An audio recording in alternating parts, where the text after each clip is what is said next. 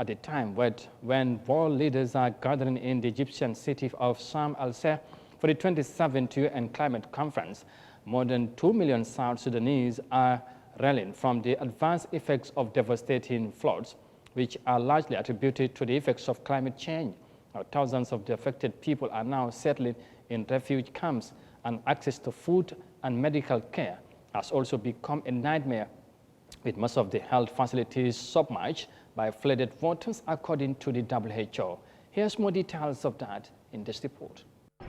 Agol Kweranyang is a 55-year-old mother of 6. She was displaced by violence 9 years ago. When relative peace returned to the country in 2018 as a result of a peace accord, Agol returned to her own home. However, she was displaced again by flooding in 2019. Since WFP stopped food distribution here, we are surviving on vegetables, roots of trees and other wild fruits. There is still more rain in most parts of South Sudan. Crops and livestock are underwater. The World Health Organization says 62 health centers in South Sudan have been submerged. South Sudan's government says the elderly, children and women are the most affected. Life is difficult here. There's no medicine, no money to buy food or clothes to protect me from the cold, and no one supports me, and I don't know when I will return to my home.